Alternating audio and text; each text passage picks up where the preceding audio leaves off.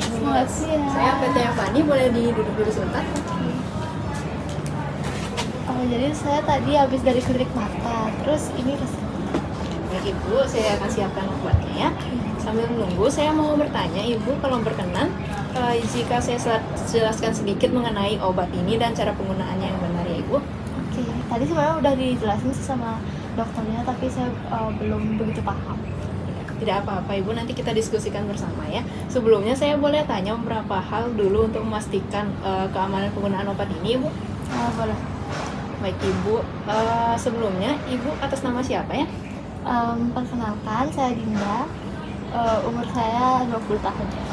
Baik, terima kasih Ibu. Boleh diceritakan kira-kira sejak kapan keluhan di mata Ibu ini munculnya dan seperti apa kira-kira gejalanya ya? Sebenarnya gejalanya ini udah muncul di seminggu ini. Terus mata saya itu sering kerasa perih gitu, sama pinggir kelopak matanya itu ada semacam kerak-kerak gitu. Apalagi kalau pagi baru bangun tidur itu kadang juga ada sedikit bengkak dan merah di tepi kelopaknya. Kalau misalnya seperti itu, apakah matanya juga terasa gatal atau seperti ada yang mengganjal Ibu? Atau misalnya ada yang keluar cairan gitu dari matanya Ibu?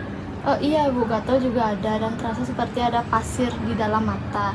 Terus kadang mata saya juga agak sensitif kalau kena cahaya. Baik, terima kasih atas informasinya Ibu. Gejala yang Ibu alami ini kelopak mata merah, terus ada kerak di tepi bulu mata, terasa perih gatal, serta sensitif terhadap cahaya. Itu memang merupakan tanda khas dari blefaritis. Itu peradangan dari tepi kelopak mata Ibu. Dokter pasti sudah mendiagnosis Ibu dengan blefaritis ya tadi? Iya betul, kata dokternya ada infeksi di kelopak matanya. Betul Ibu. Sebelum saya lanjutkan, boleh saya tanyakan beberapa hal dulu ya Ibu. Ibu sedang hamil atau menyusui? Tidak, saya tidak sedang hamil. Baik. Apa Ibu punya riwayat alergi terhadap golongan obat antibiotik atau di tetrasiklin atau obat-obatan yang lainnya? Sejauh ini sih belum ada. Baik. Apakah saat ini Ibu sedang mengonsumsi obat-obatan lain secara rutin, misalnya obat mata, suplemen, atau bahkan warfarin seperti pengencer darah? Tidak ada. Baik, terima kasih Ibu Dinda informasinya.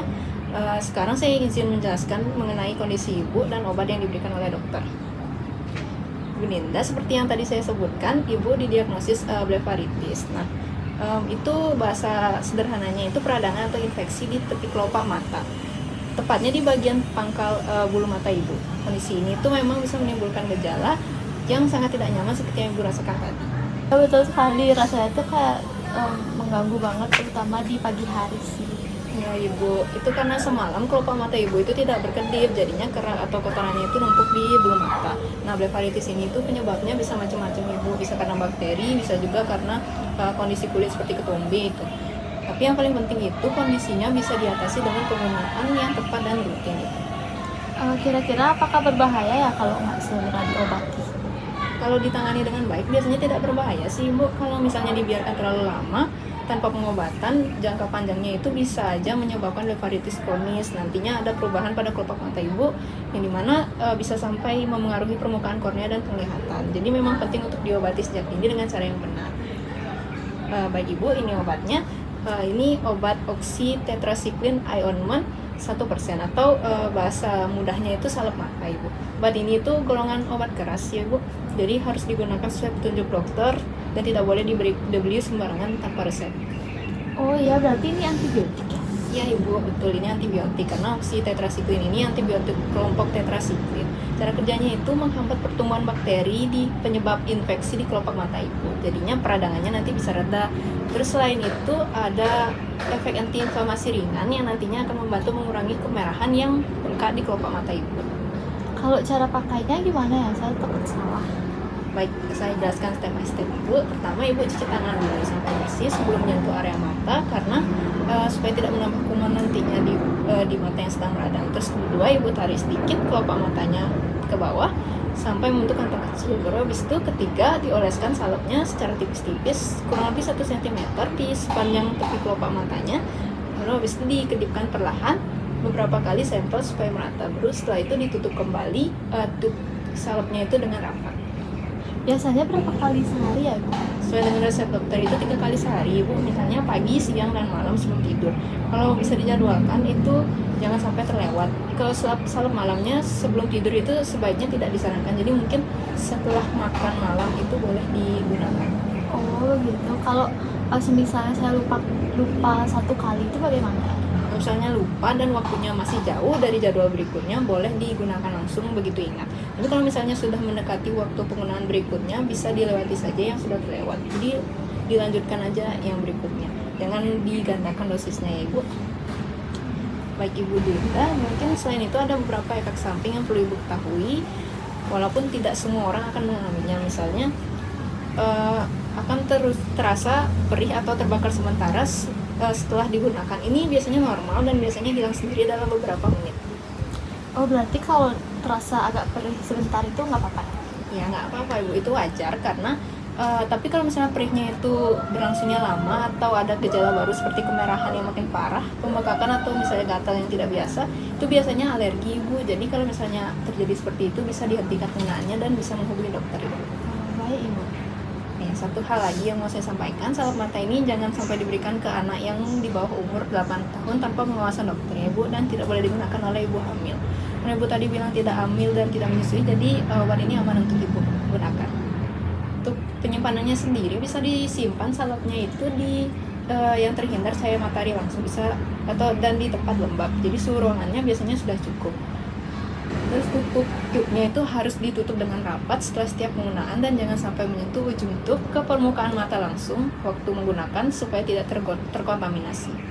Oh, kalau misalnya salepnya udah dibuka itu bisa dipakai berapa lama?